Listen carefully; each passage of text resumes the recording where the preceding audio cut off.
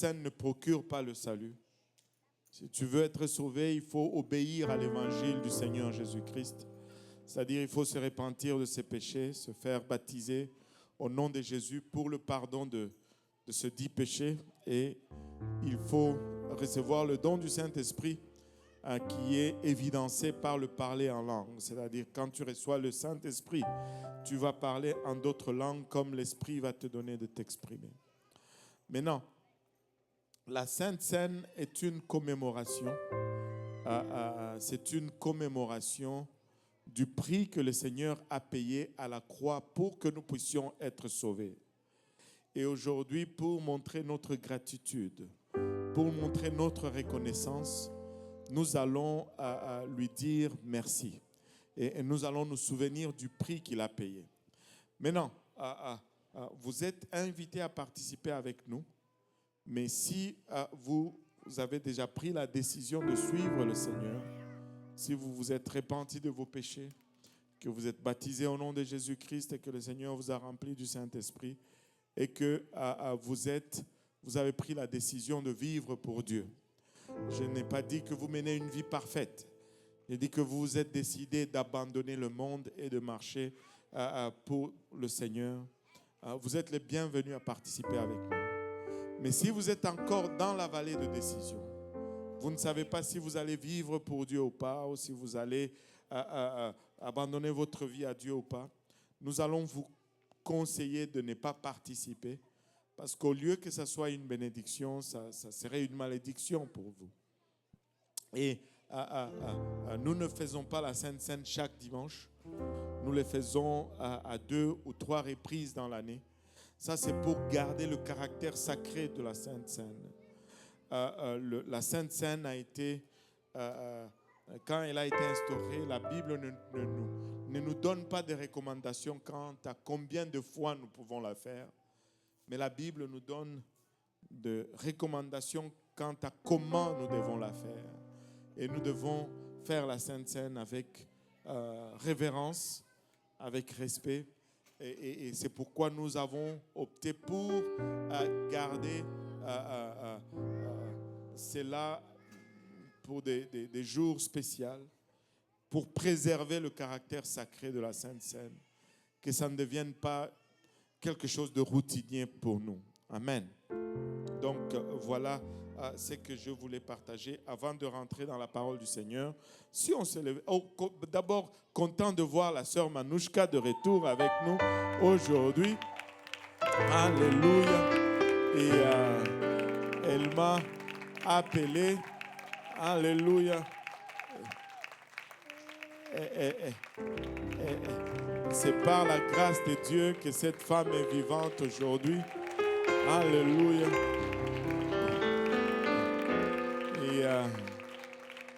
Et content de la revoir encore. Alléluia, parmi nous. Oh, merci Seigneur.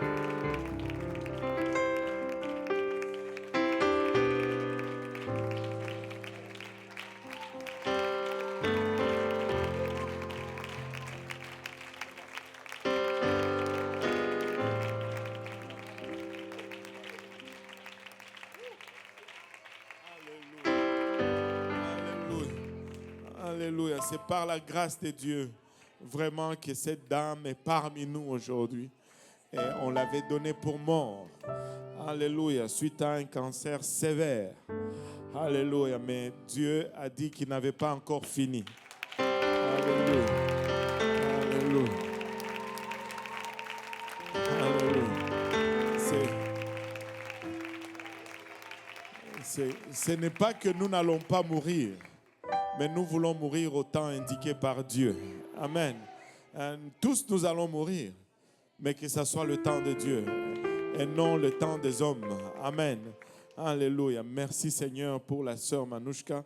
Et certes, on va faire de sorte peut-être que dimanche prochain, elle va nous témoigner. Elle va nous... Ah non, pas dimanche prochain, c'est l'autre dimanche. Dimanche prochain, aujourd'hui on a la Sainte Seine. Dimanche prochain, c'est les nations et le deuxième dimanche. Voilà, le deuxième dimanche. Merci Seigneur. Alléluia. Remercions encore une fois le Seigneur pour elle. Alléluia. Gloire au nom de Jésus. Alléluia. Alléluia. Alléluia. Merci Seigneur. Alléluia. Les enfants peuvent maintenant aller dans leur classe avec leur enseignant de l'école du dimanche. Nous avons de quoi rendre grâce à Dieu. Amen. Alléluia.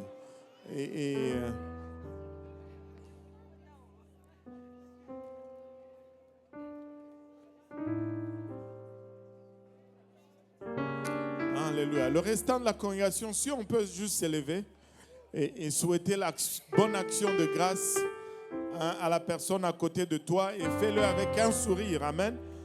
Et que ça soit une vraie reconnaissance.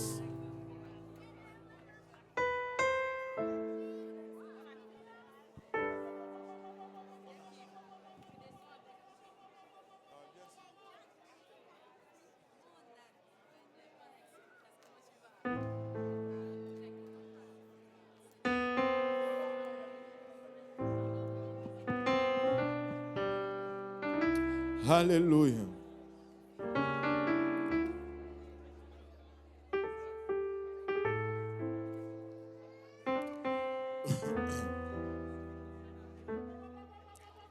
Alléluia. Gloire au nom de Jésus.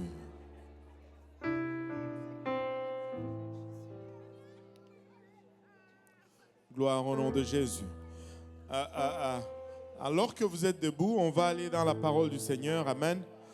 Et le temps est contre nous aujourd'hui. En tout le temps, le temps est contre nous. Alléluia. On va aller dans le livre d'Exode. Exode 25, versets 8 et 9. Et on va rentrer dans notre leçon aujourd'hui. On va continuer notre étude sur le livre du tabernacle. Sur le livre. Il n'y a pas de livre du tabernacle, mais sur le tabernacle. Amen.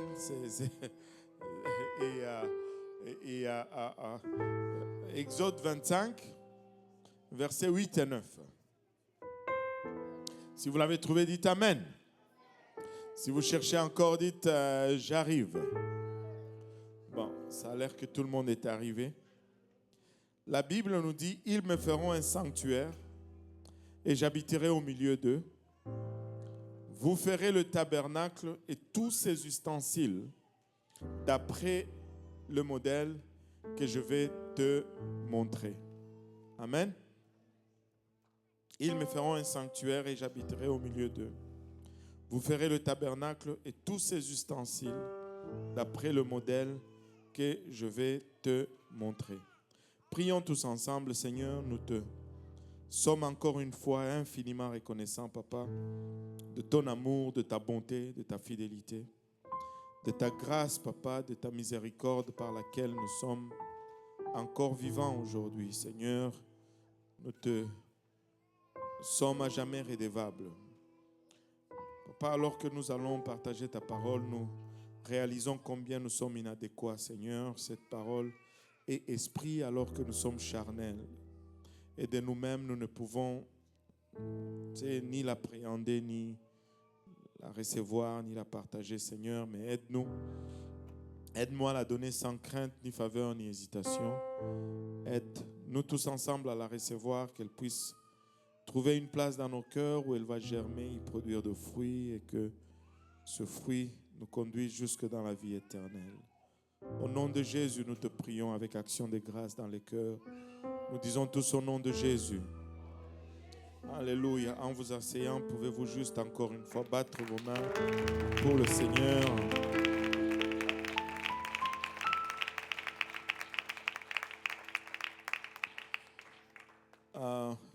Dieu a toujours voulu demeurer parmi son peuple.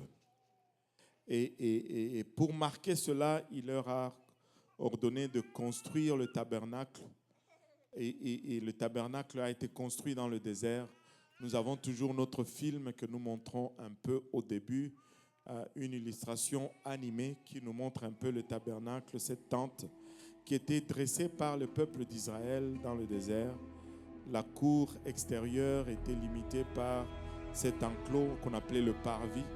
Et quand tu entrais par la seule porte qui était orientée vers l'est, le premier ustensile que tu trouvais, la première fourniture, c'était l'autel des holocaustes, un lieu de mort, un lieu de sacrifice où on versait le sang, où on brûlait les animaux sacrifiés à Dieu.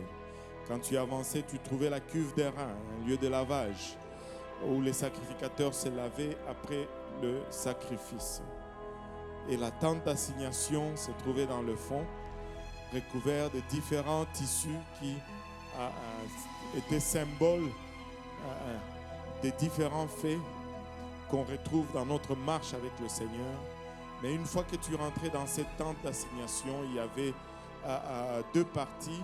La première partie, le lieu saint, on trouvait le chandelier d'or, la seule source de lumière dans le tabernacle. Il y avait le pain, la table qui portait le pain de proposition. Et il y avait l'autel de parfum tout de suite en face du rideau ou du voile. Et en arrière du voile, si on traversait le voile, en arrière du voile, il y avait l'arche de l'Alliance. Alléluia. Dans laquelle on trouvait les pierres marquées de 10 commandements. Et les propitiatoires étaient le couvercle par-dessus cette arche. Et dans l'arche, on trouvait bien sûr les pierres avec les 10 commandements, le bâton d'Aaron qui avait germé et le pot de manne. Et vous savez que les Philistins avaient volé l'arche à un moment donné dans une guerre. Ils ont ouvert l'arche et ils ont regardé le bâton d'Aaron qui avait germé. C'était le symbole de puissance. Ils ont pris le bâton d'Aaron. Ils ont regardé le pot ou le vase avec la manne, qui est le signe ou le symbole de la provision. Ils ont pris le pot. Et de sorte que quand l'arche a été retrouvée et retournée aux Israélites, tout ce qu'on y retrouvait, c'était des tables de pierre. Des tables de pierre qui étaient juste des morceaux de pierre avec une inscription dessus. Pour eux, c'était sans valeur. Mais laissez-moi vous dire, c'était la chose la plus puissante qu'ils ont laissée dans cette arche-là. Ils ont laissé la parole. Amen. Et lorsque cette arche était rentrée dans le temple pour l'inauguration du temple, cette parole était tellement puissante que les sacrificateurs n'ont pas pu rendre service à cause de la présence et la gloire de Dieu qui était manifeste dans le temple. Mais tout ce qu'il y avait dans l'arche, c'était juste les tablettes avec les 10 commandements. Laissez-moi vous dire, quand vous avez la parole, vous avez tout ce dont vous avez besoin. Et si l'homme a échoué dans le jardin, c'est parce qu'il n'a pas pu donner la parole. Il n'a pas pu dire, il est écrit. Nous avons besoin de la parole. Anyway, ce n'est pas ça la leçon d'aujourd'hui. Aujourd'hui, nous allons voir, regardons d'abord le tabernacle. Le but principal du tabernacle était vraiment de permettre à un Dieu saint d'habiter parmi des hommes pécheurs, d'avoir une relation avec des hommes pécheurs. Dieu est saint. Et notre condition de péché fait que si Dieu voulait avoir une relation avec nous, si Dieu voulait habiter avec nous, nous allions à mourir automatiquement. Mais Dieu a donné justement le plan du tabernacle pour qu'il puisse venir habiter au milieu de nous et que nous puissions avoir une relation avec lui. Je pense que la classe du frère Jean-Yves, ils ont classe, je ne sais même plus. Ils ont classe. Il n'est pas là? Il est déjà arrivé? Ah, man, est-ce qu'on peut faire confiance à des étudiants sans professeur? Là, je commence à avoir peur. Bon, on va leur faire confiance. Seigneur, est ta volonté. Alléluia. Et donc, mais cette relation ne pouvait fonctionner correctement, mais cela ne pouvait marcher correctement que si on le faisait comme Dieu l'avait demandé. Si on dressait cette tente selon la demande de Dieu, Dieu dit, vous ferez les ustensiles selon le modèle que je vais vous montrer. Il y a eu un modèle, il y a eu un schéma qui a été montré à Moïse.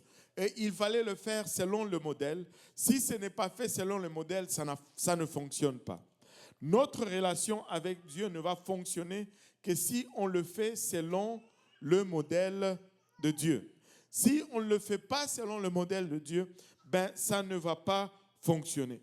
Et si on le fait selon le modèle de Dieu, comme il a promis, il vient au milieu de nous.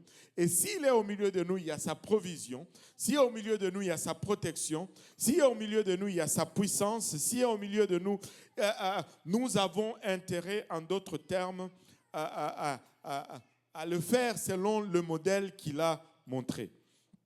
Le tabernacle était le plan original de Dieu et s'est trouvé à être vraiment l'ombre de tout ce qui allait venir par la suite dans la parole de Dieu. C'est pourquoi tu vois que Dieu a mis beaucoup d'accent sur le tabernacle. 40 chapitres concernant, c'est juste pour les détails du tabernacle, alors qu'il y en a 2 seulement pour la création de tout ce que nous pouvons observer, même de tout ce que nous ne pouvons pas observer. Et donc, durant les leçons dernières, les 4 leçons passées, nous avons parlé principalement de 3 composantes du plan vertical du tabernacle. Nous avons parlé du salut, nous avons parlé du sang et nous avons parlé de l'esprit. Et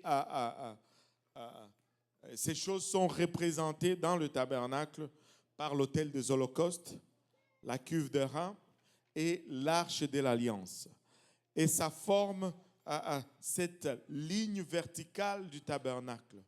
Et à chaque fois qu'Israël dressait le tabernacle dans le désert, ben, il littéralement formait une croix avec toutes les fournitures du tabernacle. Donc, ainsi nous avons parlé des 3 éléments verticaux, l'autel des holocaustes, la cuve des reins et l'arche de l'alliance. Et ces 3 éléments pointent les 3 vers le futur, à la mort, l'ensevelissement et la résurrection de Jésus-Christ, qui sont le type ou l'image ou l'ombre de l'évangile aujourd'hui, qui produit le salut en nous par le moyen de la repentance, le baptême d'eau et le baptême du Saint-Esprit.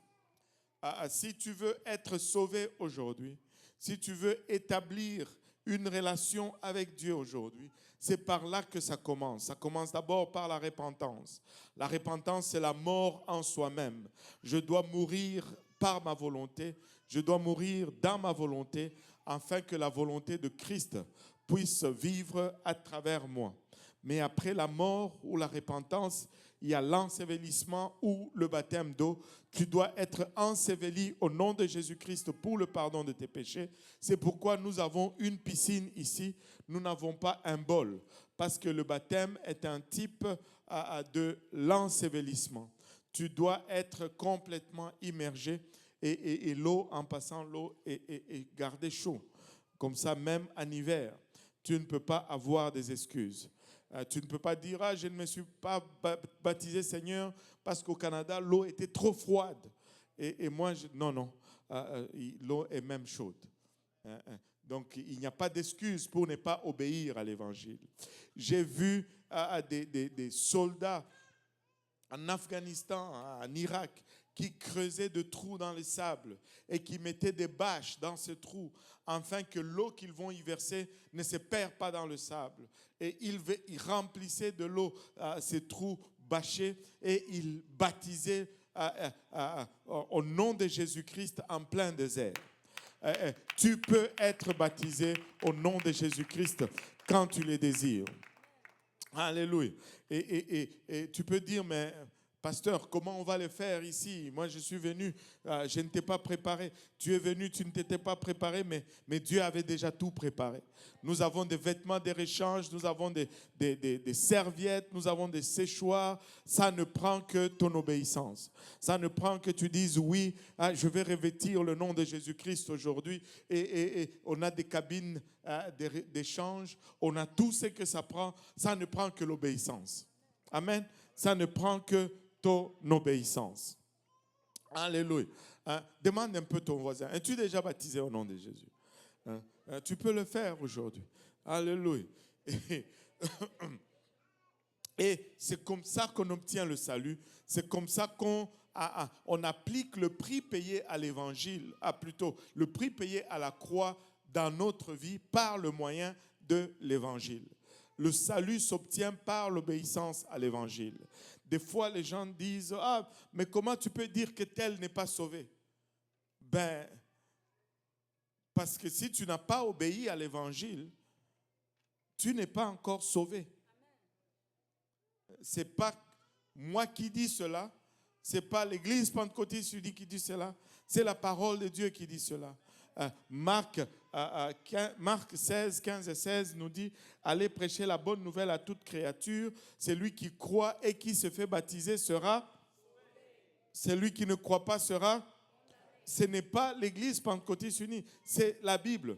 Le salut n'est pas juste le produit d'un accord personnel entre moi et Dieu. Non, non. Le salut, c'est le produit de l'obéissance au plan qu'il a établi pour que nous puissions justement être sauvés. Amen. Je ne sais pas, c'est comme si mes pieds sont bloqués là-bas. Je veux avancer, j'ai vraiment envie d'avancer parce qu'on a la Sainte Seine. Mais je n'arrive pas à passer ce paragraphe. Nous devons obéir à l'évangile pour être sauvés. Il ne faut pas succomber aux fausses doctrines qui sont tellement répandues. Ils sont tellement répandus qu'on a l'impression que c'est vrai. Que tout homme soit pris pour menteur et que seule la Bible soit vraie. Et la Bible, elle dit, c'est ça qu'il faut faire pour être sauvé. Et c'est ça qui est vrai. On n'est pas sauvé parce qu'on a récité la prière du Seigneur. On n'est pas sauvé parce qu'on est venu à l'église. Toutes ces choses aident. Mais on est sauvé parce qu'on a obéi à l'évangile. Le plan qu'il a établi pour que nous puissions être sauvés. Et donc, on a vu ce plan ou cette ligne verticale de la croix durant les leçons passées. Et aujourd'hui, nous allons commencer à traiter des trois composantes du plan horizontal. La croix, vous savez où? Nous sommes sauvés par la croix. Amen.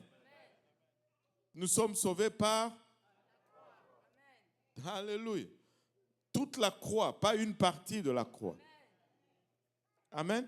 Et tu sais, la partie verticale, c'est le salut. Mais la partie horizontale, les trois parties les trois éléments, je devrais dire, de la partie horizontale, c'est la sanctification. Et j'ai besoin du plan du salut et de la sanctification pour être sauvé. Hébreux 12, 14 nous dit à rechercher la paix avec tous et la sanctification sans laquelle nul ne verra Dieu. Et les trois éléments de la sanctification sont le témoignage, que tout le monde dise le témoignage, la prière, que tout le monde dise la prière, et la parole, que tout le monde dise la parole. Et ils sont représentés dans le tabernacle par le chandelier d'or, l'autel de l'encens et la table de pain de proposition. Et ils sont les trois éléments, les trois fournitures, se trouvent les trois dans les lieux saints. Et les témoignages, regardez ceci. Les témoignages, c'est moi qui parle aux autres. Amen. Nous devons parler aux autres de ce que Dieu fait, de ce que Dieu a fait et de ce que Dieu continuera de faire. Le témoignage, c'est moi qui parle aux autres. La prière, c'est moi qui parle à Dieu. Amen. Et la parole, c'est Dieu qui me parle. Hein? Je dois parler aux gens, hein? Je dois parler à Dieu et Dieu doit me parler. La parole, c'est Dieu qui me parle et tous les trois sont nécessaires dans ma marche quotidienne avec le Seigneur.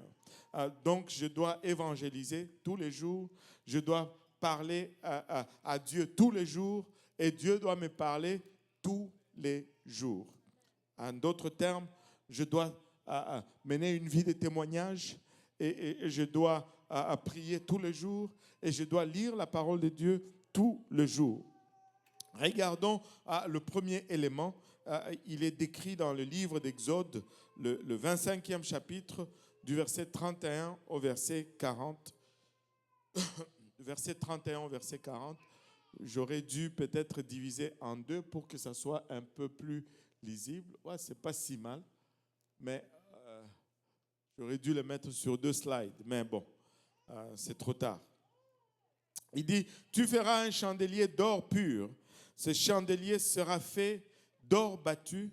Son pied, sa tige, ses calices, ses pommes et ses fleurs seront d'une même pièce. 6 branches sortiront de ses côtés, 3 branches du côté du chandelier de l'un des côtés et 3 branches du chandelier de l'autre côté. Il y aura sur une branche 3 calices en forme d'amande avec pommes et fleurs, et sur une autre branche 3 calices en forme d'amande avec pommes et fleurs. Il en sera de même pour les 6 branches sortant du chandelier. À la tige du chandelier, il y aura 4 calices en forme d'amande avec leurs pommes et leurs fleurs. Il y aura une pomme sous 2 des branches sortant de la tige du chandelier, une pomme sous 2 autres branches et une pomme sous 2 autres branches. Il en sera de même pour les 6 branches sortant du chandelier. Les pommes et les branches du chandelier seront d'une même pièce. Il sera tout entier d'or battu, d'or pur. Tu feras ces 7 lampes qui seront placées dessus de manière à éclairer en face. Ces mouchettes et ces vases à cendre seront d'or pur. On emploiera un talent d'or pur pour faire le chandelier avec tous ses ustensiles. Regarde et fais d'après le modèle qui t'est montré sur la montagne.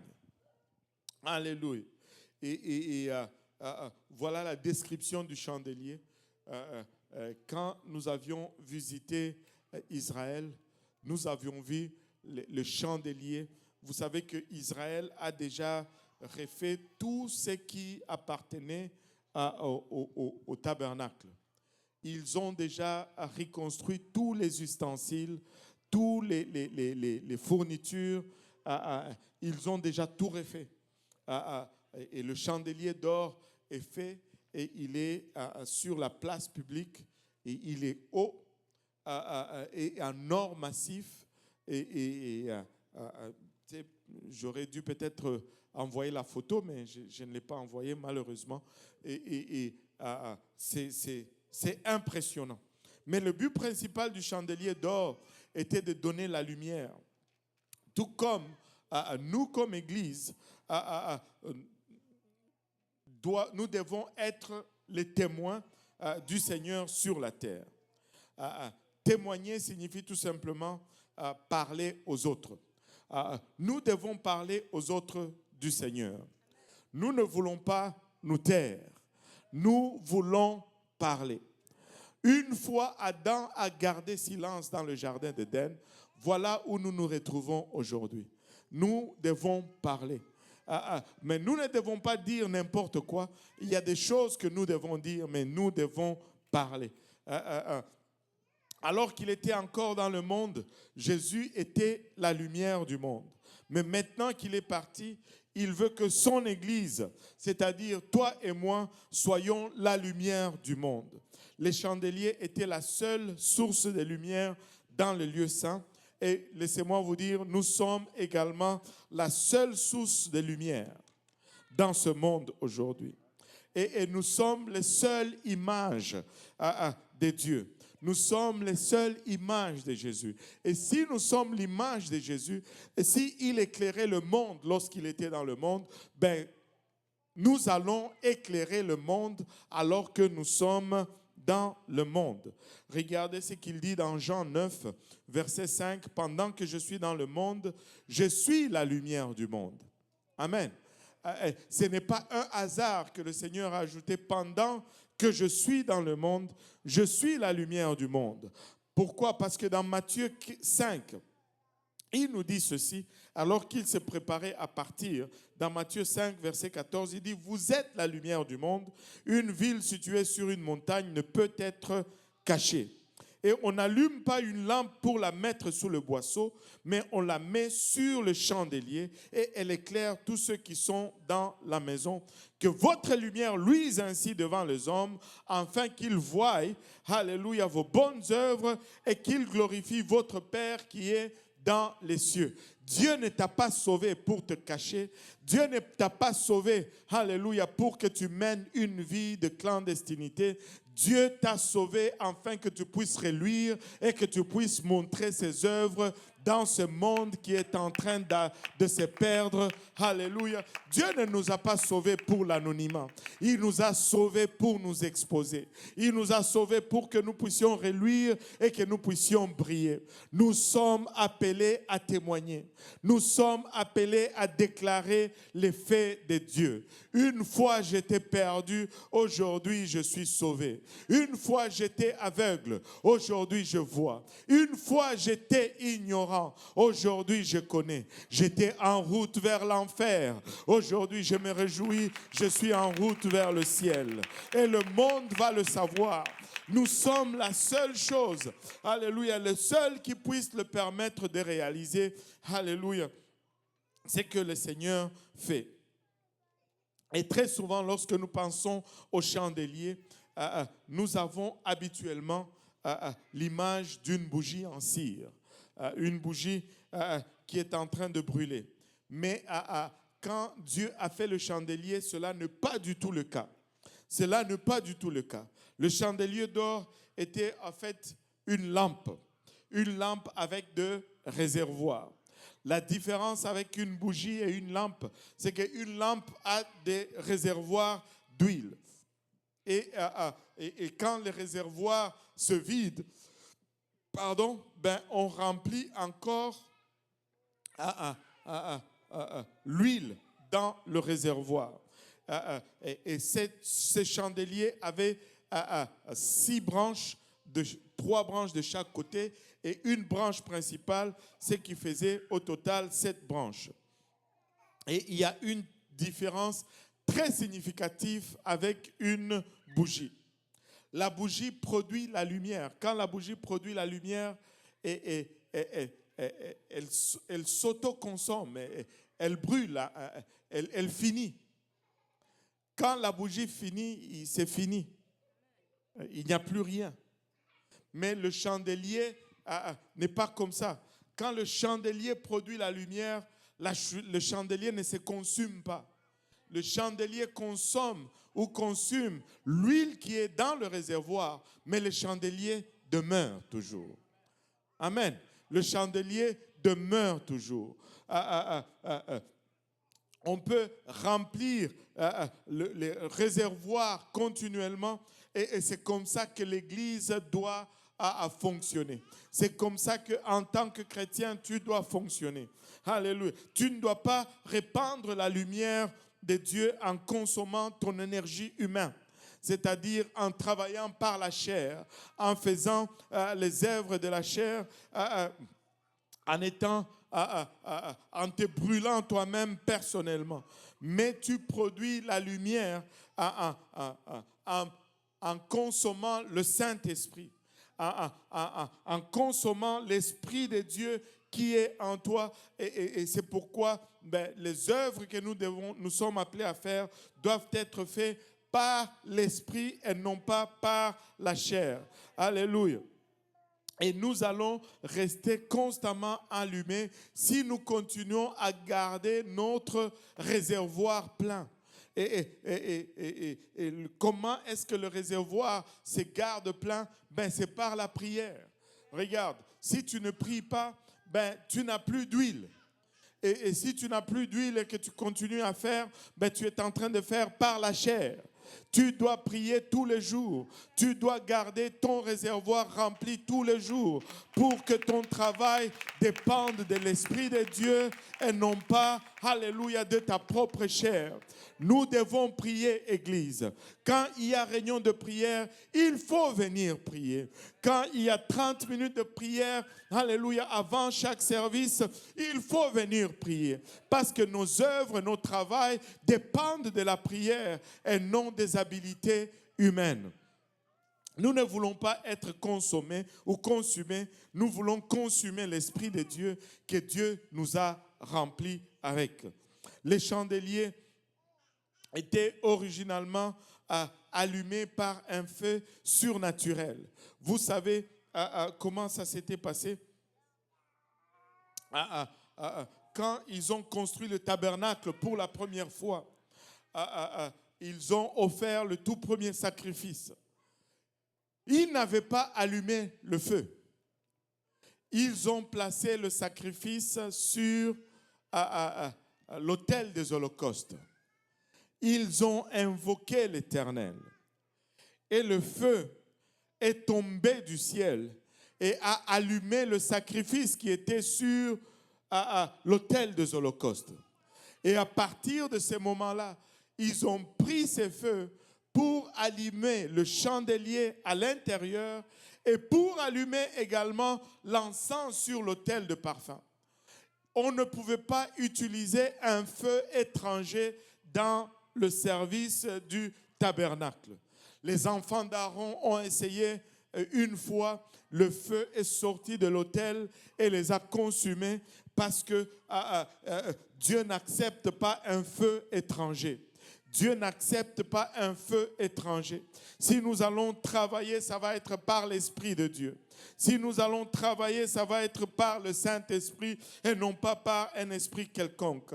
Et c'était la responsabilité de Dieu d'envoyer le feu en premier, mais par la suite, c'était la responsabilité du sacrificateur de maintenir le feu en remplissant l'huile quotidiennement.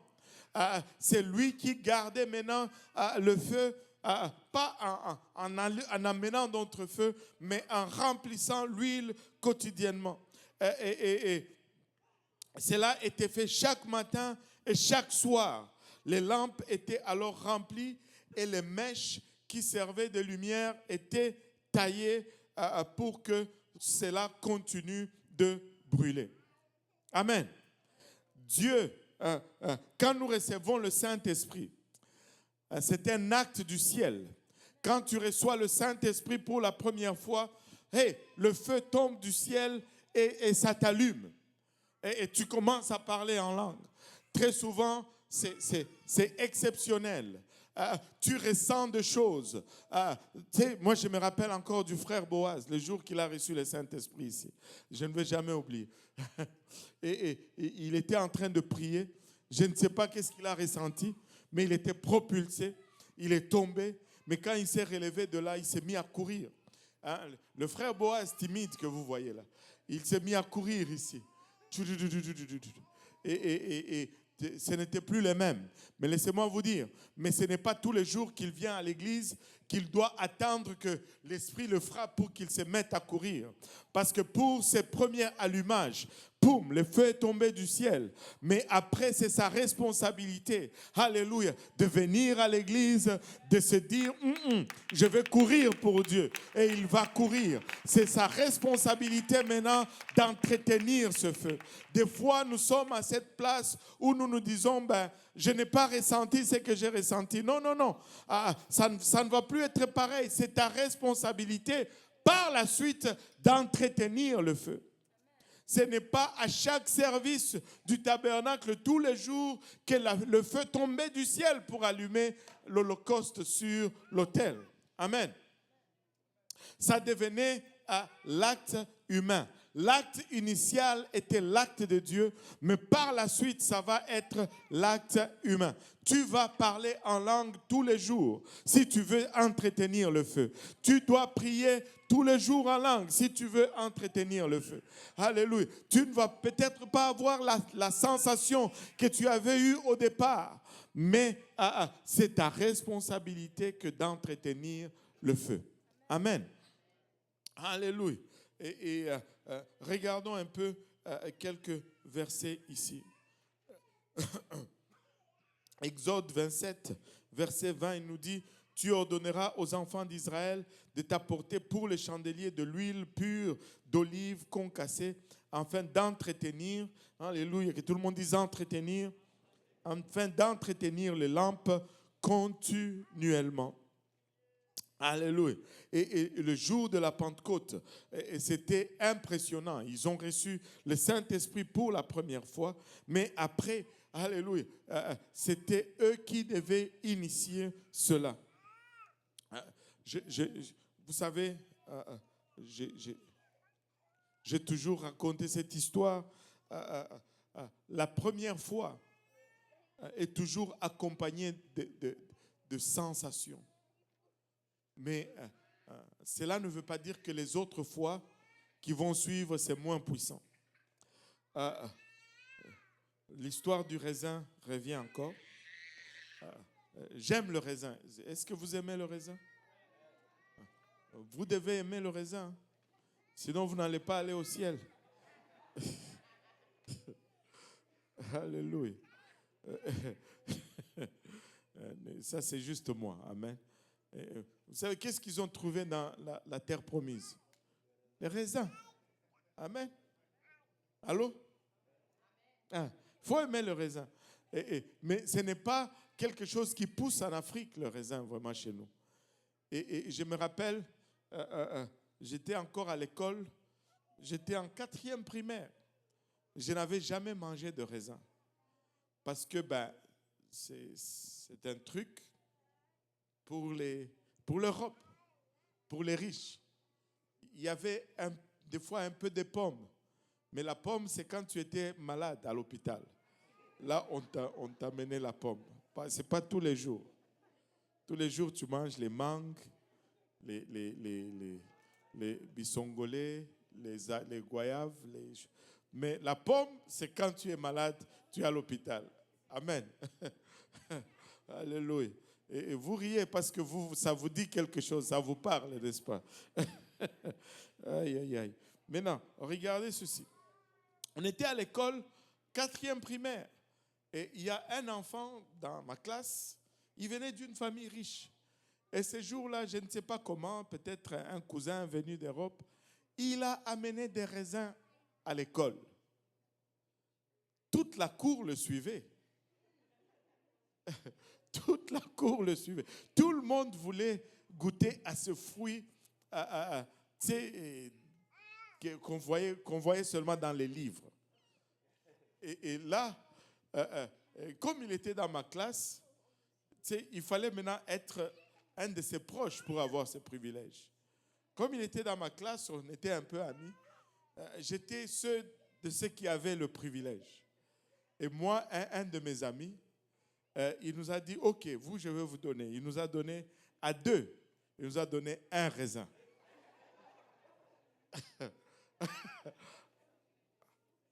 Hey, c'était déjà mieux que la plupart de l'école, OK? À 2, on a eu un raisin. Et c'était, on s'est retiré de la foule. C'était un raisin vert.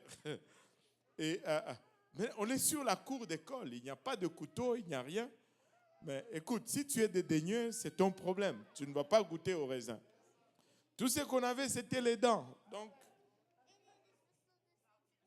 et puis, tu prends ta moitié, tu donnes à l'autre sa moitié. Je vous dis, lorsque ce moitié de raisin a touché ma langue, c'était comme une explosion de délices. C'était un goût que je n'avais jamais senti auparavant. Mes papilles gustatives devenaient folles. Elles allaient dans tous les sens. J'ai mâché jusqu'à... Je ne voulais pas, c'était devenu du jus dans ma bouche. Je ne voulais pas avaler tout de suite. C'était tellement bon. C'était tellement succulent. C'était tellement doux. C'était un goût pour la première fois que tu ressens. Et c'était céleste, c'était angélique. Mais aujourd'hui, au Canada, j'ai mangé des raisins. Allô? Et il y en a beaucoup. Des fois, maman va nettoyer les raisins, elle met sur la table. Là, tu passes, tu prends, tu repasses, tu prends. Et des fois, ça reste là. Ça reste le même goût. Ça reste bon. Mais ce n'est pas cette première impression que j'avais. J'essaie de reconstituer cette première. Ce n'est plus pareil. Parce que le goût est connu. Mais avec le Saint-Esprit, c'est pareil. Quand tu reçois pour la première fois, c'est explosif. Mais ce n'est pas tous les jours que ça va être explosif. Amen. Et laissez-moi vous dire, les raisins que je mange aujourd'hui, même s'ils ne sont pas explosifs, ils me donnent la même nutrition, les mêmes vitamines que ces raisins qui étaient explosifs que j'avais mangés le premier jour. Alléluia. Laissez-moi vous dire, même si, alléluia, lorsque tu parles en langue, ce n'est pas explosif, tu ne ressens pas les émotions, c'est aussi puissant que lorsque tu avais parlé le premier jour, alléluia, lorsque Dieu t'avait rempli. Alléluia. Les chandeliers en or étaient conçus avec une tige centrale et plusieurs branches. C'est-à-dire, il y avait une tige au milieu et 3 branches de chaque côté. Ceci pointe également dans le futur à ce que Jésus allait déclarer au sujet de son Église. Regardez ce qu'il dit au sujet de son Église. Jean chapitre 15, verset 5. « Je suis le cep, vous êtes le sarment. Celui qui demeure en moi, en qui je demeure, porte beaucoup de fruits, car sans moi, vous ne pouvez rien faire. » Pardon. Jésus est en train de nous dire littéralement que nous devons rester connectés avec lui. Nous devons rester attachés avec lui. Si nous ne sommes pas attachés à Jésus, nous ne produisons plus de fruits. Alléluia. Si nous nous détachons, nous ne produisons plus de fruits. Donc, les branches n'ont pas besoin de faire quelque chose en particulier pour produire de fruits. Les branches n'ont pas d'efforts à faire pour produire le fruit. Nous n'avons pas littéralement d'efforts à faire pour produire de fruits. Nous devons rester connectés à Jésus pour produire de fruits. Notre effort, c'est de rester connectés à Jésus-Christ. Si nous restons connectés à Jésus-Christ, nous allons produire des fruits. Si nous restons connectés à Jésus-Christ, alléluia, la lumière va être produite à travers nous et c'est Dieu en nous qui va produire, alléluia, le fruit. Je n'ai jamais vu une branche de manguier qui se secoue pour, alléluia, pour faire pousser la mangue. Mais la sève part de la racine, alléluia, elle va passer dans le tronc et elle va alimenter les branches qui vont produire de fruits suite à cette connexion. Église, nous devons rester connectés à Jésus-Christ. Et les programmes que nous avons à l'église, les programmes que nous avons, ce sont des programmes conçus pour nous aider à rester connectés à Jésus. Ce ne sont pas des programmes pour nous embêter, ce ne sont pas des programmes pour nous ennuyer, ce ne sont pas des programmes pour rendre l'église active, mais ce sont des programmes qui sont nécessaires pour que cette connexion demeure. Laisse-moi te dire, si tu abandonnes cette régularité dans ces programmes, ta connexion commence à souffrir. Je dois venir à l'église le mercredi parce que je dois rester connecté. Je dois venir à l'église le samedi parce que je dois rester connecté. Je dois venir à l'église le dimanche. Je dois rester connecté. Ces programmes sont conçus pour nous permettre de rester connectés à la branche principale. Alléluia. Regardez Actes 1:8. Il dit, Actes 1:8. Oh, mais vous recevrez une puissance, le Saint-Esprit survenant sur vous, et vous serez quoi? Vous serez quoi? Non, je ne vous entends pas. Vous serez quoi? Alléluia. Ça ressemble plus un peu à 200 personnes ici. Alléluia. Vous serez mes témoins. Dieu nous appelle à être des témoins. Quand nous recevons le Saint-Esprit, ce n'est pas pour parler en langue seulement. Ce n'est pas pour être sauvés seulement, mais c'est pour être des témoins. Quand nous recevons le Saint-Esprit, nous devenons des témoins. Nous parlons. Regardez, si le Saint-Esprit nous a fait du bien, nous allons en parler. Avez-vous remarqué que quand tu vas dans un bon restaurant, tu as tendance à le recommander à tout le monde après. Oh, les gens veulent sortir. Oh, allez, essayez ces restaurants. C'est bon. Je vous dis, vous allez aimer la nourriture. Allez à telle place, vous allez aimer la nourriture. Maintenant, la question à savoir, est-ce que tu as aimé le Saint-Esprit? Si tu as aimé le Saint-Esprit, tu vas dire, hey, venez à l'église, il y a le Saint-Esprit. Vous allez recevoir un bon repas. Et on a toujours tendance à témoigner ou à référer ce qu'on a aimé. Et quand on aime, on va donner la référence. Dieu nous appelle à être des témoins. Maintenant, Dieu nous appelle à être des témoins. Dieu nous appelle à évangéliser. Quand je vous dis évangéliser, qu'est-ce qui vous vient en tête en premier? Évangéliser.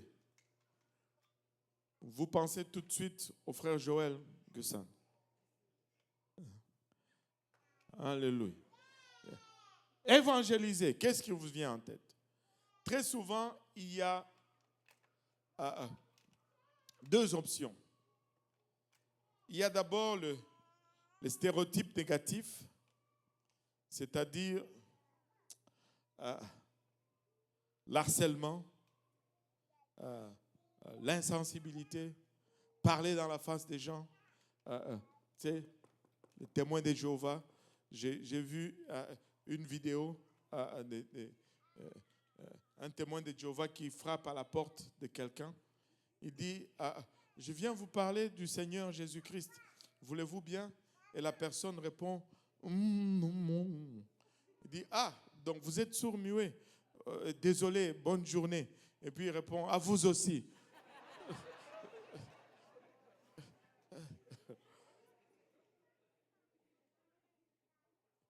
Quand on vous parle de témoigner, évangéliser, est-ce que c'est cela qui vous vient en tête? C'est soit ces stéréotypes négatifs que nous avons ou nous observons des fois, ou c'est peut-être nous-mêmes des fois, mais ce n'est pas seulement, il ne faut pas avoir seulement les stéréotypes négatifs en tête quand on parle de l'évangélisation. Il y a aussi un stéréotype positif. Donc, pour évangéliser, ça prend le zèle. Amen. Ça prend le courage. Avez-vous remarqué, vous pouvez parler de tout à quelqu'un, mais quand vient le temps de parler de Jésus, on dirait qu'il y a une boule dans l'estomac. Là. Tu peux parler du climat, tu peux parler des choses inutiles. Mais quand on vient de parler la chose la plus importante, on bloque. Allô? On bloque. Mais ça prend le zèle. Quelqu'un qui évangélise, il est zélé. C'est positif, n'est-ce pas? Il est sociable. Des fois, nous n'arrivons pas à engager une conversation. Nous avons différentes natures. Il y a des gens qui vont parler à tout le monde, même à un arbre sur la rue. Mais il y a d'autres qui n'arrivent pas à dire bonjour à quelqu'un parce que ils n'ont pas ces aptitudes sociales. Savez-vous que vous pouvez développer ces choses? Hein? Si tu es introverti, tu peux développer cela. Moi, j'ai commencé à faire un exercice. Maintenant, quand je vais dans un magasin, dans un restaurant, ou peu importe où je vais pour un service, je dois inclure dans la conversation quelque chose d'autre qui n'a rien à voir avec le service. C'est la personne qui me sert mon café chez Tim Hortons, je le regarde avec sourire, je lui dis « Comment ça va aujourd'hui ?» Et des fois, je regarde son humeur, je dis, waouh, tu as l'air fatigué aujourd'hui. C'est la fin de la journée et on parle. Et tu vois le sourire revient sur son visage. Ou un jour, j'ai dit, waouh, quel service. Ça, c'est l'employé que quelqu'un voudrait avoir. Tu sers avec un sourire, c'est apprécié. Tu sais, comment a été ta journée aujourd'hui? Juste quelque chose. Parle à la personne, parle au caissier. Ne paye pas seulement tes choses et puis tu pars. Non, dis-lui bonjour, regarde-le dans les yeux. Et surtout, nous les Africains, nous avons, c'est pas insulté, hein. Nous avons été éduqués différemment. Pour nous, regarder dans les yeux, c'est impoli. Allô? Et donc, quand tu parles avec quelqu'un de supérieur, tu regardes ailleurs ou tu regardes en bas. Tu ne veux pas soutenir le regard. Mais c'est le contraire ici en Amérique du Nord. Donc, nous devons nous réajuster et regarder les gens dans le visage. Tu peux les regarder. Ce n'est plus de l'impolitesse ici. Au fond, ils te disent que si tu ne me regardes pas, ben, tu ne me respectes pas. C'est tout le contraire. Donc, ne restez pas sur les deux stéréotypes négatifs ou positifs. Enfin, sur les stéréotypes négatifs, il y a aussi du positif. Nous devons nous débarrasser de tout ce qui est négatif, de l'évangélisation, qui nous empêche d'être des témoins. Mais nous devons aussi nous débarrasser de nos stéréotypes positifs. C'est-à-dire, il faut que je sois comme ça pour évangéliser. Non, je dois évangéliser. Je dois témoigner. Ça fait partie de la mission que j'ai reçue. Vous savez, tout le monde ne peut pas commencer une conversation avec un inconnu. Mais tu peux faire quelque chose. Hein? Tu peux faire quelque chose. Nous n'avons pas besoin d'être une personne anormale que nous ne désirons pas de devenir pour évangéliser. Moi, j'ai toujours été émerveillé par Maman Tilmé. Et ce n'est pas grave, je veux le dire quand même. Elle ne parle pas français couramment. Son français est 50% français, 50% créole. Elle ne parle pas anglais couramment. Son anglais, c'est 50% anglais, 50% créole, même peut-être un peu moins. L'anglais, c'est un peu moins. Mais on était aux États-Unis. Elle évangélisait des Américains. Elle a évangélisé quelqu'un qui lui a donné son numéro de téléphone, qui voulait une étude biblique. Son anglais, c'est peut-être 25%. Comment elle a fait? Je ne sais pas. L'autre jour, elle a évangélisé un Afghan. Un Afghan. Quelqu'un qui vient de l'Afghanistan. Dans quelle langue ils ont parlé? Je ne sais pas. Tout ce que je sais, c'est que cet Afghan est venu ce samedi soir-là. Il est venu dans la réunion de prière des hommes. Il a assisté à la réunion de prière. Il a reçu le Saint-Esprit et il a été baptisé au nom de Jésus pour le pardon de ses péchés. Je n'ai pas besoin de devenir la personne extravagante pour évangéliser. Allô? Alléluia. Je dois évangéliser. Je dois parler de Dieu. Je dois y arriver. Tu peux y arriver. Regarde-toi un peu, tape-toi dans la poitrine. Dis, je peux y arriver. Alléluia. Tu peux y arriver. Alléluia. Alléluia. Nous devons tout simplement être nous-mêmes. Et nous devons être capables de partager notre témoignage. Nous devons être capables de parler. Juste de parler. Amen. Alléluia. Nous devons être des chandeliers d'or. C'est-à-dire, nous devons être motivés par Dieu. Notre moteur doit être Dieu. Alléluia. Premièrement, nous devons être authentiques. Que tout le monde dise authentique. Alléluia. Pourquoi authentique? Parce que les chandeliers d'or étaient faits d'or pur.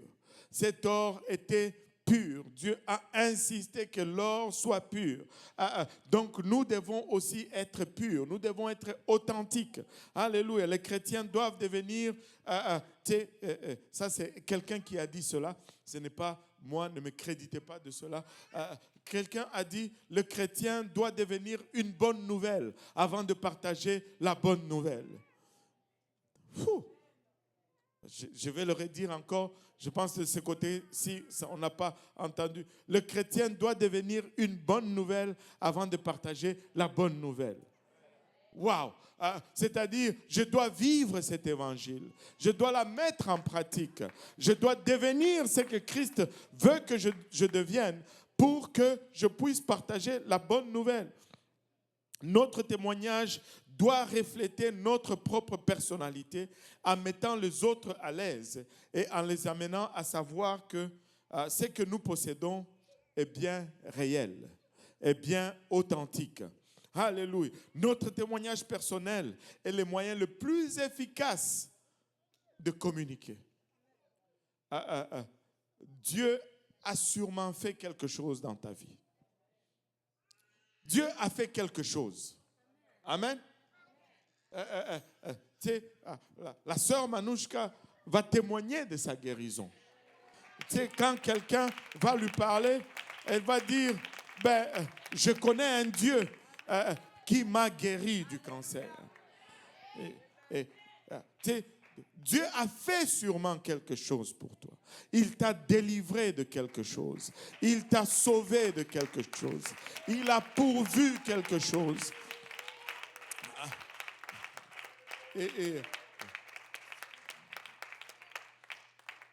Alléluia. Donc, je dois partager mon témoignage.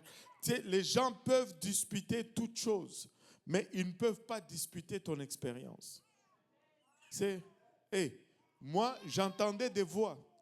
Dieu m'a délivré de cela. Tu peux dire ce que tu veux. Moi, c'est ce que j'ai vécu. Tu peux faire ce que tu veux, mais tu ne peux pas me convaincre que ce n'est pas arrivé. Je l'ai vécu. Ton témoignage, alléluia, ton témoignage, il faut que ce soit authentique. Notre témoignage personnel est le moyen le plus efficace de communiquer. Regardez. Deuxièmement, nous devons être des chandeliers, nous devons être verbal, nous devons parler. Nous sommes la seule créature que Dieu a donné le pouvoir de parler. Dans tout ce qu'il a créé, nous sommes les seuls à avoir cette habilité de parler. Allô? Mais il y a une raison. Les chandeliers illuminaient la table de pain de proposition. Et le pain de proposition était le type de la parole. Maintenant, regardez avec moi Romains 10, 14. Romains 10, 14 nous dit, comment donc invoqueront-ils celui en qui ils n'ont pas cru? Et comment croiront-ils en celui dont ils n'ont pas entendu parler? Et comment entendront-ils parler s'il n'y a personne qui prêche? Alléluia. Tape-toi encore dans la poitrine, dis-toi, je peux parler. Je peux parler, je peux dire quelque chose. Alléluia. Tout comme les paroles sans action sont vides. Et on dit souvent cela, les paroles sans action, c'est vide. De même, les actions sans parole sont aussi vides. Amen. Non seulement, alléluia, nous devons aussi bien faire, mais nous devons aussi parler. Nous devons aussi expliquer l'évangile. Nous ne devons pas seulement vivre l'évangile, nous devons expliquer l'évangile. Les gens vont nous regarder, mais ils vont nous dire, qu'est-ce qui s'est passé? Certains d'entre vous, depuis que vous avez commencé à servir Dieu, non seulement votre marche, votre vie a changé, mais votre apparence a changé drastiquement.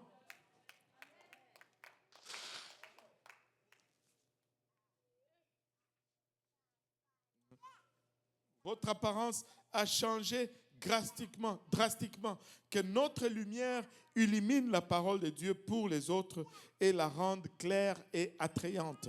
Et je veux parler par mes mots, je veux parler par mon apparence, je veux parler par mes actions. Les actions à elles seules ne suffisent pas. Je dois dire ce que Dieu a fait pour moi. Alléluia. Je dois le dire tout haut. Et notre évangélisation, notre témoignage doit être basé sur le processus. Qu'est-ce que cela veut dire? Ça veut dire que je dois avoir une certaine routine. Parce que avez-vous remarqué que la lampe devait être alimentée d'huile et taillée chaque matin et chaque soir, et cela continuellement. Amen. Ça ne doit pas être juste parce qu'on a la conférence francophone. Là, je deviens énervé pour l'évangélisation. Et puis après la conférence francophone, on ne me voit plus. Non. Le frère Joël, où est-ce qu'il est, le frère Joël Gessan? Je l'ai vu. Il se cache là. Le frère Joël, le pauvre, il est à veille d'être découragé maintenant. Parce qu'on appelle l'évangélisation le mardi, il y a combien de personnes? Deux.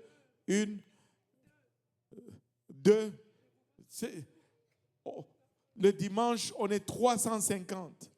Mais le mardi, pour évangéliser, on a 2 personnes. Même vous-même.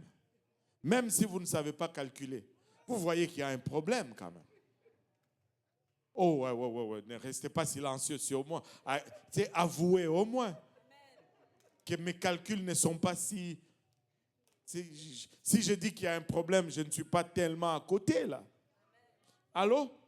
Que le Seigneur nous donne une nouvelle conviction, une fraîche conviction sur l'évangélisation. Que le Seigneur, alléluia, nous secoue de notre torpeur, de notre aisance. Il a payé un si grand prix. Nous ne pouvons pas nous asseoir sur le prix payé à la croix. Nous devons sortir et évangéliser. Oh Seigneur Jésus-Christ. C'est chaque mardi. À quelle heure, frère Joël? 18h30. Chaque mardi, 18h30. Viens donc ici et évangélise. Viens un mardi, 2 mardis. Écoutez, même si on s'est partagé en 4 groupes, on dit un mardi par mois. Tu viendrais seulement un seul mardi par mois. Et on aurait à peu près 50 personnes chaque mardi à l'évangélisation. Et laissez-moi vous dire, il a commencé même à perdre ses cheveux. Quand ils sont venus à l'église, ses cheveux étaient tout noirs et tout touffus.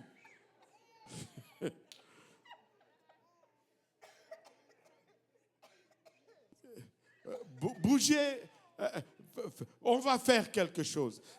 Écoute, que quelqu'un se tape dans la poitrine et dit, je vais faire quelque chose. Oh Seigneur Jésus. Certains d'entre vous, vous n'osez même pas vous taper dans la poitrine. Faites au moins semblant. Tapez-vous au moins dans la poitrine. Dites, je vais faire quelque chose. Oh Seigneur Jésus. Ah Seigneur. Je vais choisir de volontaires.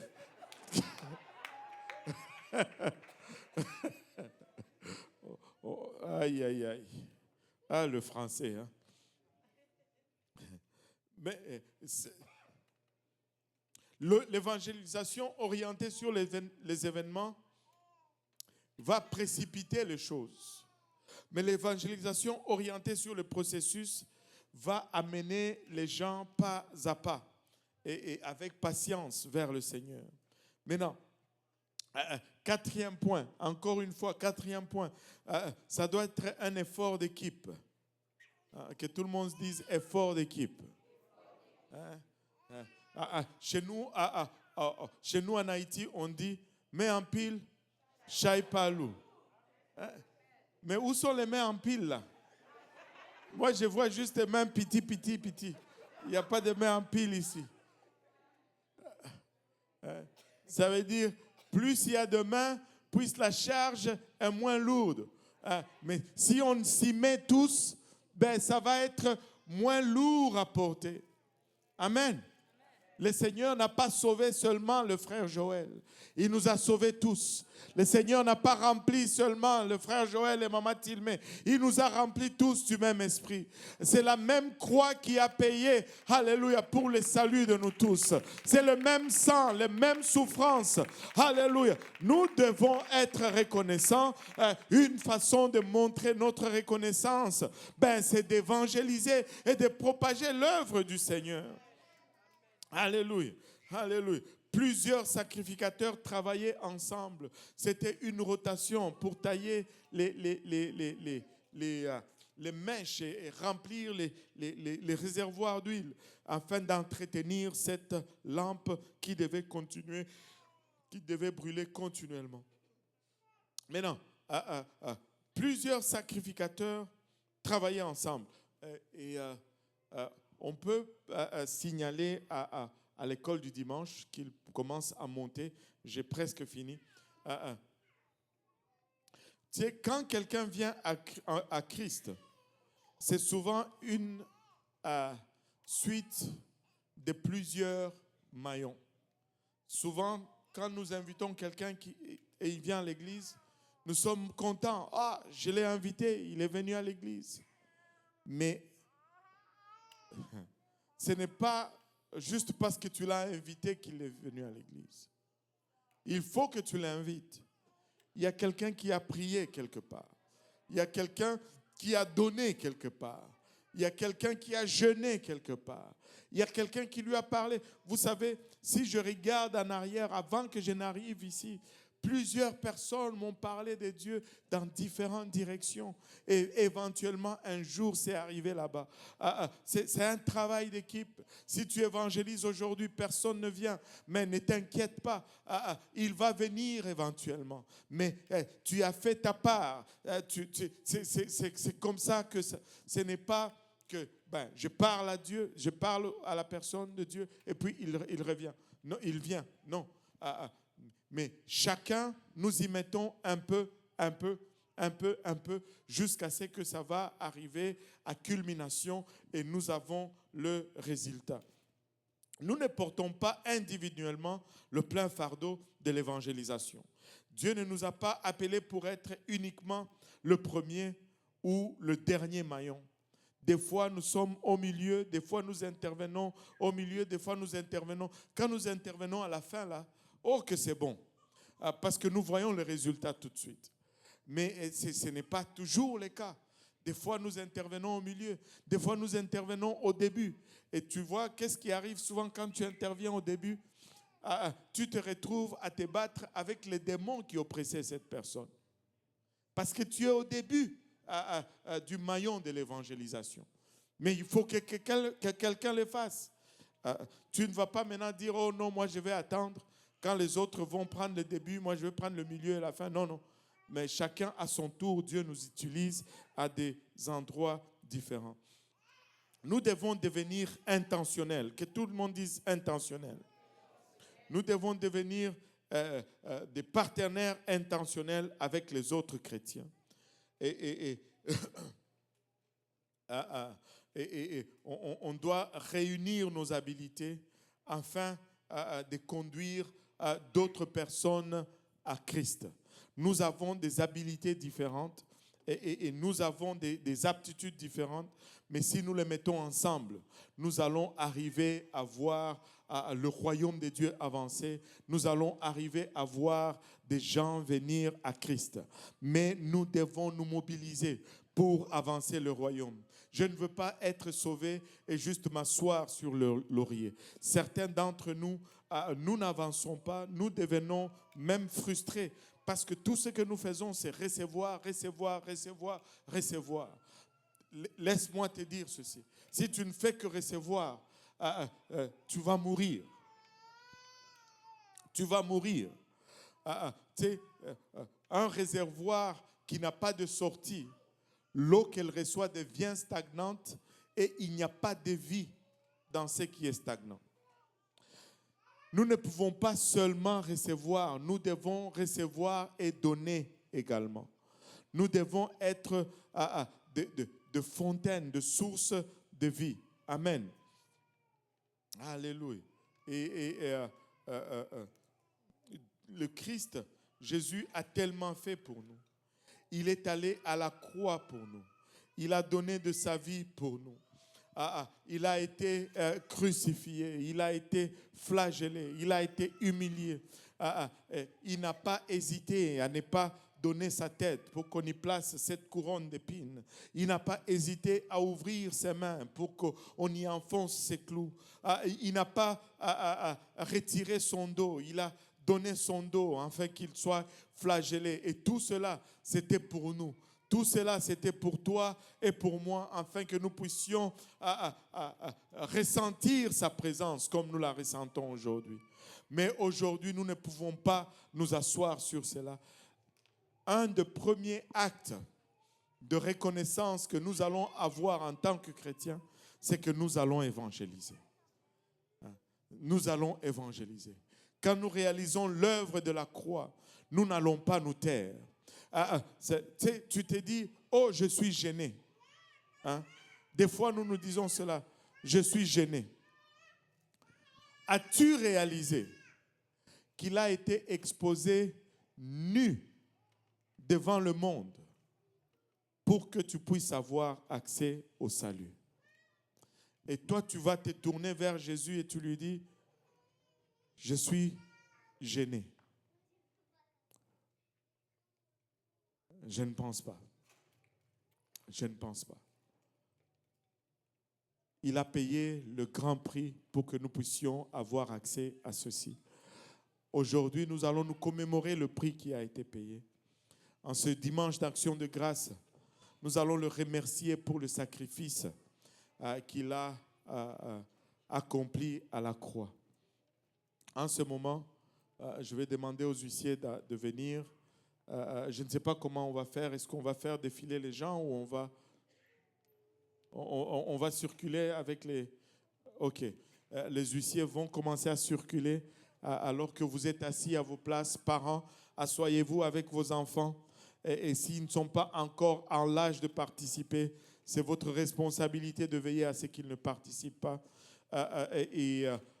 Si ils ne sont pas encore aptes, peut-être qu'ils sont en l'âge, mais ils ne sont pas aptes, veillez à ce qu'ils ne participent pas. Ce n'est pas un jeu, c'est la commémoration du sacrifice ultime que Dieu a fait à la croix pour que nous puissions avoir accès à tout ceci. Je ne sais pas si on peut avoir un peu de musique. J'ai à cœur de chanter merci du profond du cœur. Merci à toi, ô Seigneur, car tu as donné ta vie pour moi. Alléluia.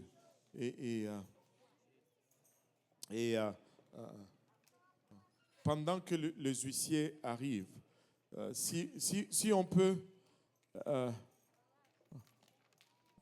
Quand on entre dans le sanctuaire, allez à votre place et gardez votre place, allez vous asseoir. Comme ça, les huissiers peuvent commencer avec la distribution du pain. Une fois que le pain est distribué, ne consommez pas d'abord, nous allons prier et par la suite, nous allons partager ensemble en même temps.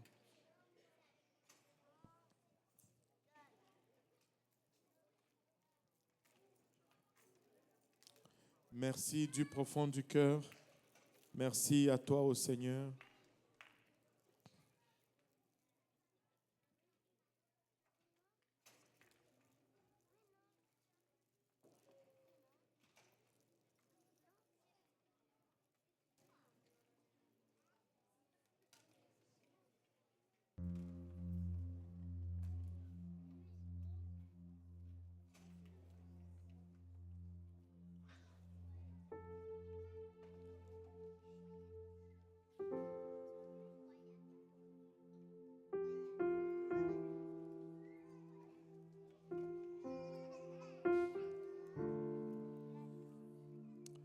Alléluia.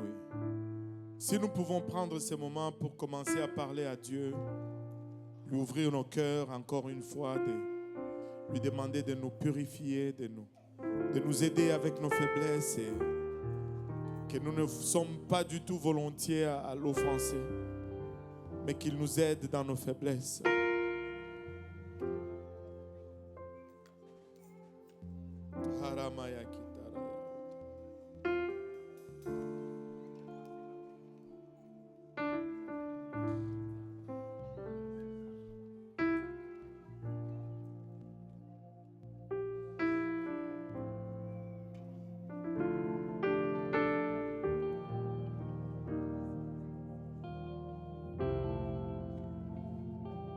Merci du profond du cœur. Merci à toi, ô Seigneur. Merci, car tu as donné ta vie pour nous. Merci du profond du cœur. Merci à toi, ô Seigneur. Merci, car tu as donné ta vie pour nous. Merci du profond du cœur. Merci à toi, ô Seigneur. Merci,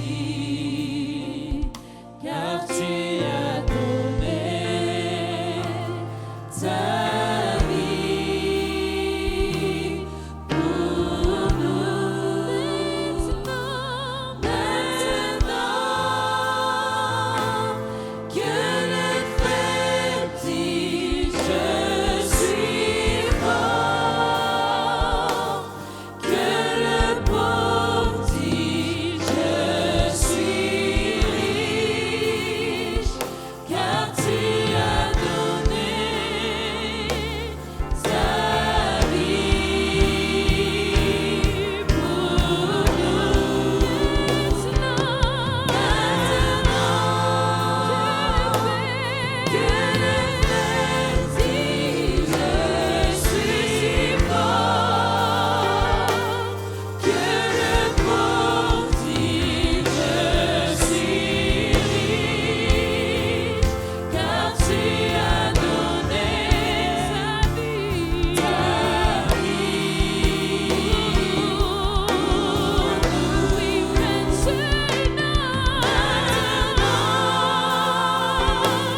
Que le faible dit je suis fort, que le pauvre dit je suis riche, car tu as donné ta vie pour nous.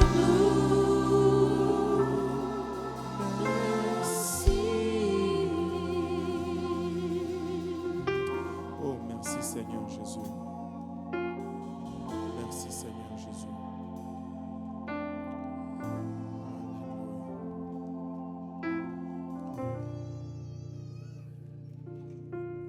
Et si on se levait tous ensemble,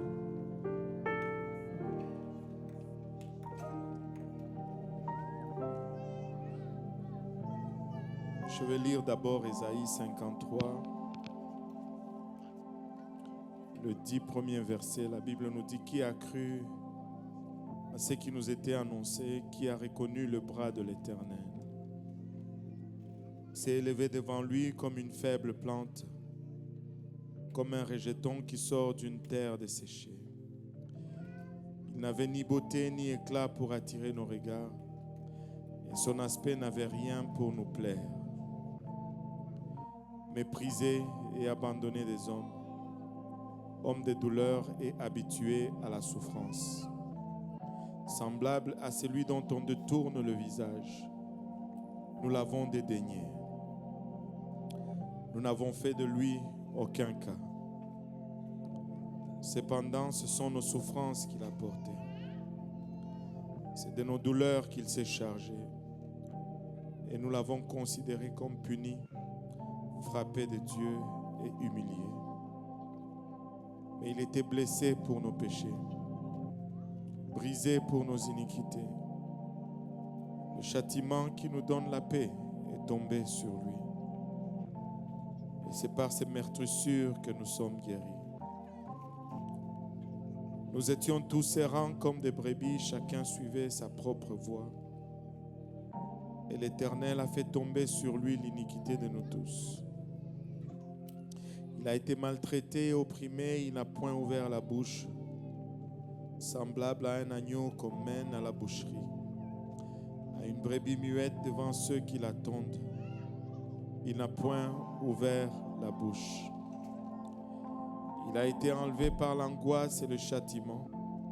Et parmi ceux de sa génération, qui a cru qu'il était retranché de la terre de vivants et frappé pour le péché de mon peuple, on a mis son sépulcre parmi les méchants, son tombeau avec les riches, quoiqu'il n'eût point commis de violence et qu'il n'eût point de fraude dans sa bouche. Il a plu à l'Éternel de le briser par la souffrance. Après avoir livré sa vie en sacrifice pour le péché, il verra une postérité et prolongera ses jours. Et l'œuvre de l'Éternel prospérera entre ses mains. Seigneur Jésus, nous te sommes infiniment reconnaissants, Papa, de ton amour, de ta bonté, de ta fidélité, Seigneur.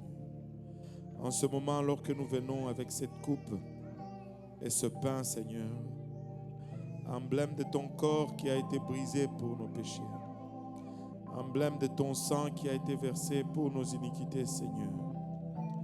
Nous venons prier que tu le bénisses, Papa. Bénis cette coupe, bénis ce pain que nous allons partager aujourd'hui.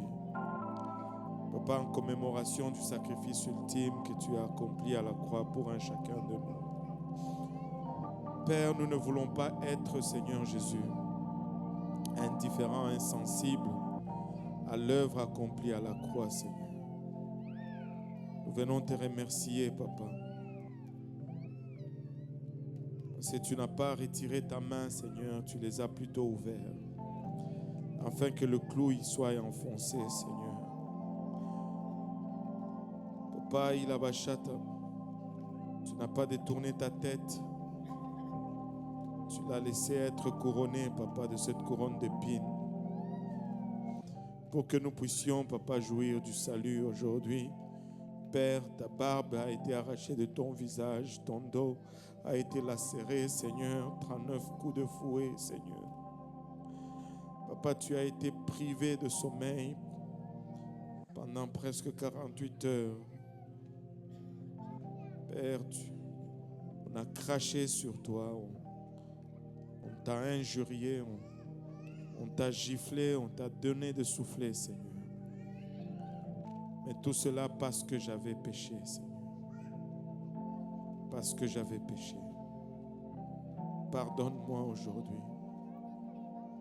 Pardonne-nous tous ensemble, Seigneur.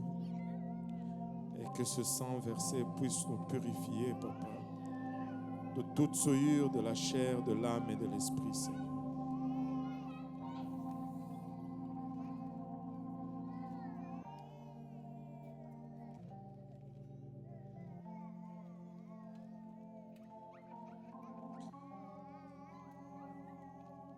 Bénis ce pain, Papa, qui est la représentation de ton corps qui a été brisé pour nous. Et bénis cette coupe, Seigneur, qui est l'emblème de ton sang qui a été versé. Alors que nous la partageons, Seigneur, que nous puissions nous commémorer le prix que tu as payé, Seigneur, pour notre rédemption. Alléluia. Au nom de Jésus. Au nom de Jésus. Alléluia. Dans la coupe que vous avez reçue, est en deux parties. Il y a d'abord une fine couche de plastique par-dessus. Si vous tirez ce plastique, ça libère le pain. Et alors que vous avez le pain, on va juste lire un passage de la Bible. On va aller dans 1 Corinthiens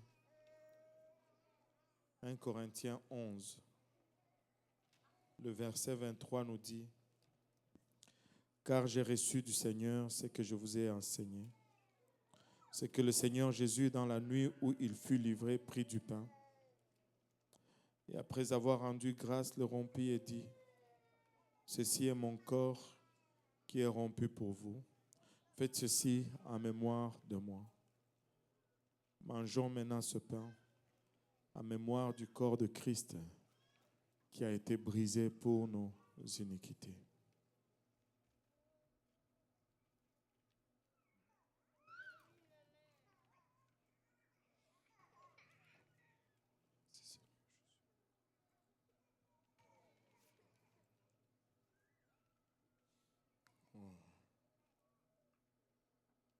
Merci Seigneur.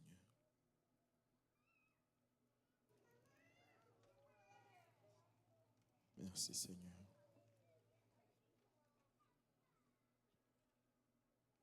Merci Seigneur. Merci Seigneur Jésus. Si vous tirez la languette à l'entier, ça libère le vin. Le verset 25 de 1 Corinthiens 11 nous dit: « De même, après avoir soupé, il prit la coupe et dit: Cette coupe est la nouvelle alliance à mon sang. Faites ceci en mémoire de moi toutes les fois que vous en boirez. Car toutes les fois que vous mangez de ce pain et que vous buvez cette coupe, vous annoncez la mort du Seigneur jusqu'à ce qu'il vienne. Buvons maintenant cette coupe en mémoire du sang du Seigneur versé pour le pardon de nos péchés. »